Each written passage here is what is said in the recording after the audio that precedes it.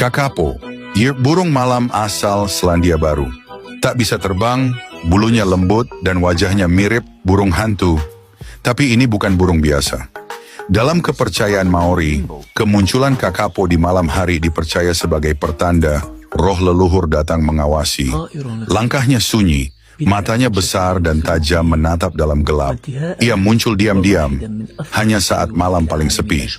Kini hewan ini hampir punah, dan hanya muncul di tempat-tempat terpencil, seperti menjaga dunia antara alam nyata dan alam roh. Jika kau bertemu kakapo sendirian di hutan, jangan bersuara, bisa jadi kau sedang diawasi.